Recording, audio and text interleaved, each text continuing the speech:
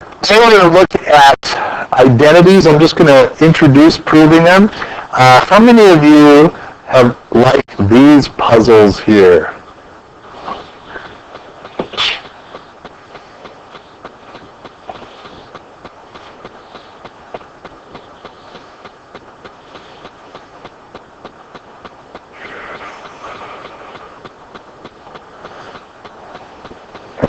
How many of you like these mazes?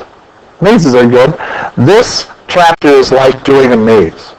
When you come in, more than likely, you're going to run into a block eventually.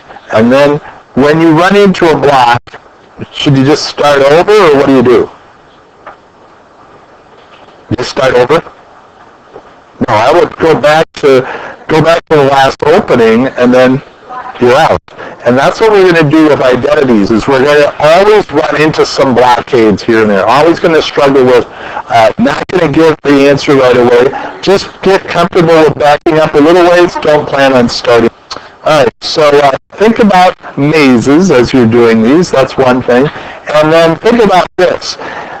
Is this always true? X equal 1. No, it's only true when. Thank you. When's this the only time it's true?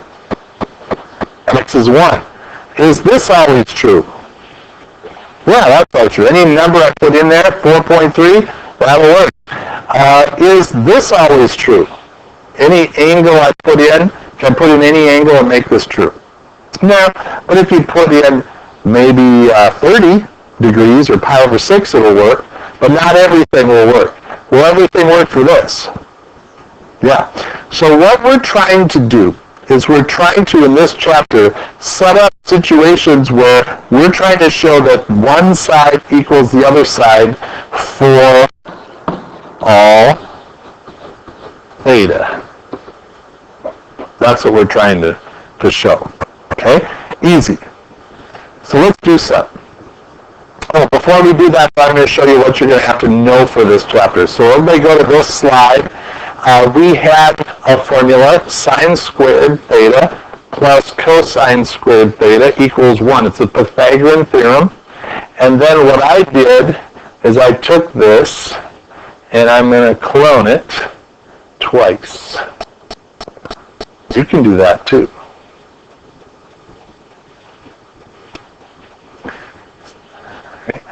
Now one of the identities is this one here. And then what I'm going to do is I'm going to take this and I'm going to divide everything by cosine squared. It's legal. It's like dividing both sides by 4.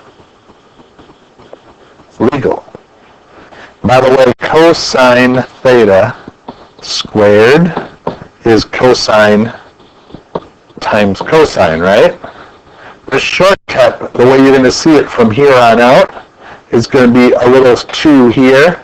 It's just a little less writing that you have to do.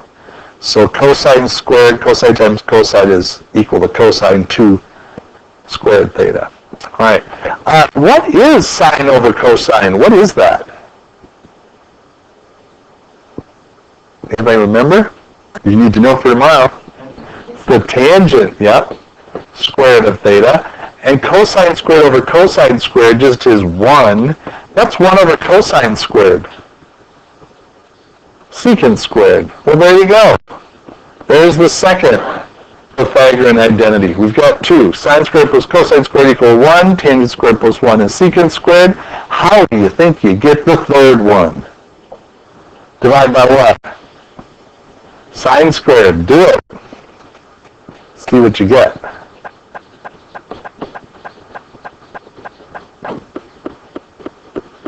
I actually made triangles and proved those last week, but you can just know the 1, sine squared plus cosine squared, and divide by cosine squared, divide by sine squared. This is just going to be 1. Cosine over sine is cotangent squared.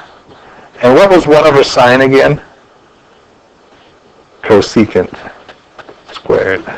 And there's the other one. Now for this next chapter, we're going to need to know these 3. But not for the test tomorrow. But I'm going to want you to be very fluent with these three. And then also you're going to need to know tangent, cotangent, secant, and cosecant. These are called the trig definitions, and we'll actually write that on the proof. These are called the Pythagorean identities. And those are your tools in your tool belt to prove.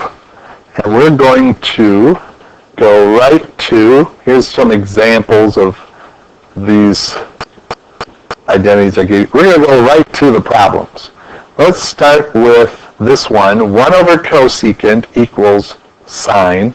And we're going to start, I'm just going to write what's given. Cosecant theta equals sine. I like to start. Now, which side is a little more complicated? The one on the left or the one on the right? Which looks more complicated? The sine?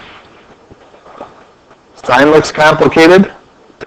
Probably 1 over cosecant is complicated, right? So what we'll do is we're going to work on this side, and we're going to leave this side alone. We're not going to touch it. It's going to stay the same. And then what's cosecant the same as? What's cosecant?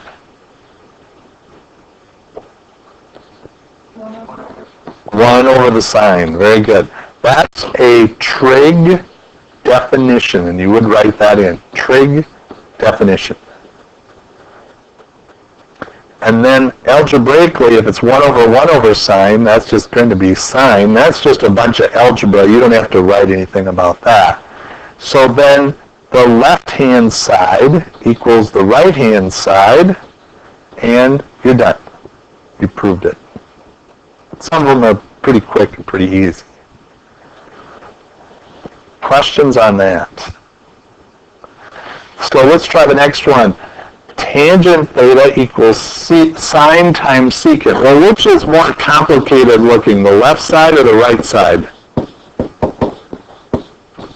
Which is a little more complicated? The right. So what is the secant of theta equal to? 1 over the cosine of theta. Good. So that is a trig definition that we used, and that's equal to the tangent of theta. Okay, so now we have sine theta over cosine theta. That's the algebra. So then, what's sine theta over cosine theta? What is it? Tangent of theta. And that's also a trig definition. So the left-hand side equals the right-hand side. We're done. So what they're saying is whenever you see sine secant, you can replace it with a tangent. Or whenever you see 1 over cosecant, you can replace it with a sine. All right. Well, we're going to zip right down to, hints. As far as hints go, think of a maze. You're going to run into roadblocks. It's okay to start over, but you don't have to start all the way over. Just back up a little and see if you can back up part of the way instead of the whole way. Would you go down to the homework? We're going to go right down to the homework. And day 1, we're going to start with 92, which is the sine of theta over 1 minus the cosine squared of theta. Which is more complicated looking, the left or the right? The right's kind of complicated. I think you'd have a little bit tougher time doing the right side. I would go, let's do the left side, just because this is just one function here. I'm just going to leave that. And tell me about 1 minus cosine squared. I know that sine squared plus cosine squared is equal to 1. What is 1 minus cosine squared equal to? Sine squared, right? So you would write sine over 1 minus cosine squared is sine squared. Now this is a Pythagorean identity. One of the sines cancel out, so you're going to get 1 over sine. That's just algebra. You don't have to write anything. But what's 1 over sine equal to? Aha! Cosecant. And we would write trig definition for that. And left-hand side equals right-hand side. We did it. Done. That's proof writing. And you're going to do that for the next 3. Here's what I'd like you to do. 96,